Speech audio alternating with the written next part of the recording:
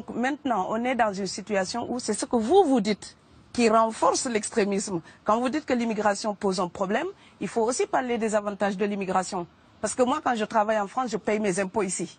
Donc les étrangers qui sont là, il y a une partie qui peut travailler et envoyer au pays aidé. La majorité paye ses impôts, s'installe dans vos pays, enrichit vos pays.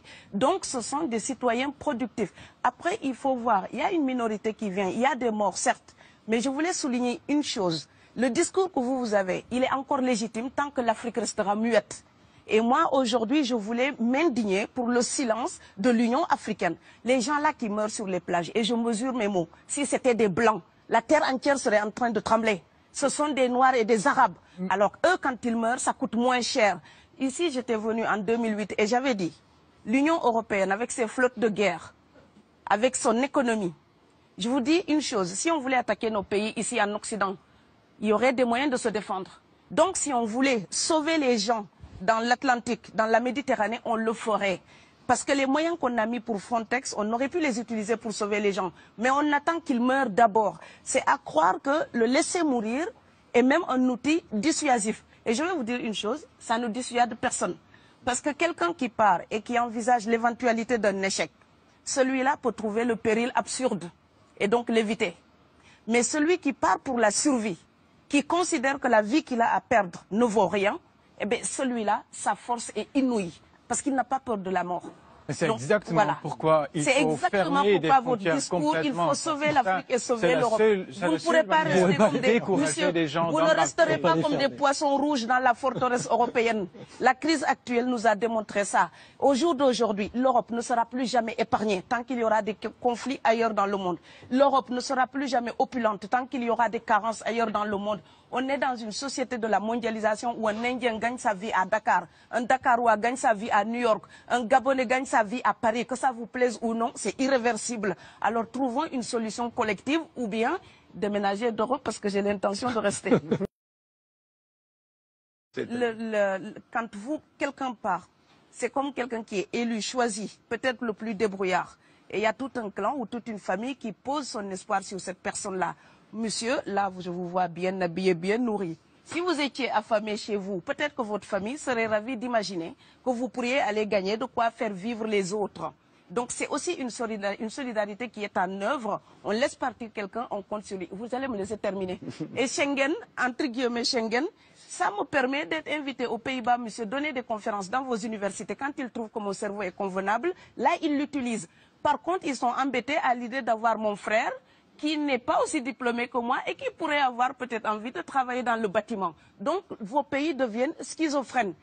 On ne peut pas trier les gens comme ça avec les étrangers utiles et les étrangers néfastes. Et la deuxième chose que je veux dire aussi, c'est que les Européens, là, on voit des Africains qui viennent, d'accord? Ce mouvement, ce déplacement de population, on le voit.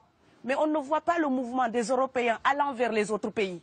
Alors celui-là, c'est le mouvement des puissants, ceux qui ont l'argent, ceux qui ont le bon passeport. Donc vous allez au Sénégal, vous allez au Mali, vous allez dans n'importe quel pays du monde, au Canada, aux États-Unis, partout où je vais, et je voyage tout le temps, je croise des Français, des Allemands, des Hollandais. Je les rencontre partout sur cette planète parce qu'ils ont le bon passeport. Donc, comme avec l'exotisme, l'Europe s'était arrogé le précepte unique, unilatéral, de l'exotisme. Les autres sont exotiques. Alors que pour quelqu'un de mon village, il n'y a rien de plus exotique que quelqu'un d'Amsterdam.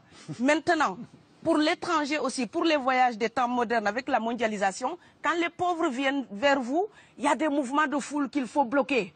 Mais quand vous, avec votre passeport et avec toutes les prétentions que cela donne, vous débarquez dans les pays du tiers-monde, là, vous êtes en terrain conquis. Donc, on voit les pauvres qui se déplacent, on ne voit pas les riches qui investissent dans nos pays. L'Afrique se développe à un taux entre 5 et 10%. Ce n'est plus de la progression, c'est de la surchauffe. Sauf que quand des pays du tiers-monde se développent et qu'ils n'ont pas les moyens, pour gérer tout ça, il faut une ingénierie, il faut une formation, il faut des populations pour installer une démocratie. Là, cette surchauffe-là, vous avez besoin qu'on reste dominé pour servir de débouché à l'industrie européenne. Alors il faut arrêter l'hypocrisie. On sera riches ensemble ou on va se noyer tous ensemble. Et je pense que l'Afrique et l'Europe, par exemple, sont là comme des enfants qui se regardent à travers un miroir déformant. Il serait enfin temps qu'ils se respectent, enfin qu'elles se respectent suffisamment pour que l'Europe arrête de nous envoyer ses déchets industriels pour construire avec nous de véritables industries, pour que l'Europe participe à ce développement et que l'Afrique, 60 ans après les indépendances, arrête de dire c'est la faute des autres. Au bout d'un moment, indépendance, c'est responsabilité. Si nous sommes vraiment indépendants en Afrique, nous sommes aussi responsables de notre destin. Et ça ne se fera pas sans les Européens et l'Europe ne s'en sortira pas sans l'Afrique parce que sinon nous serons un boulet que vous traînerez. Donc ce monde-là est lié et je pense que l'entente, je rêve d'une entente, d'une fraternité.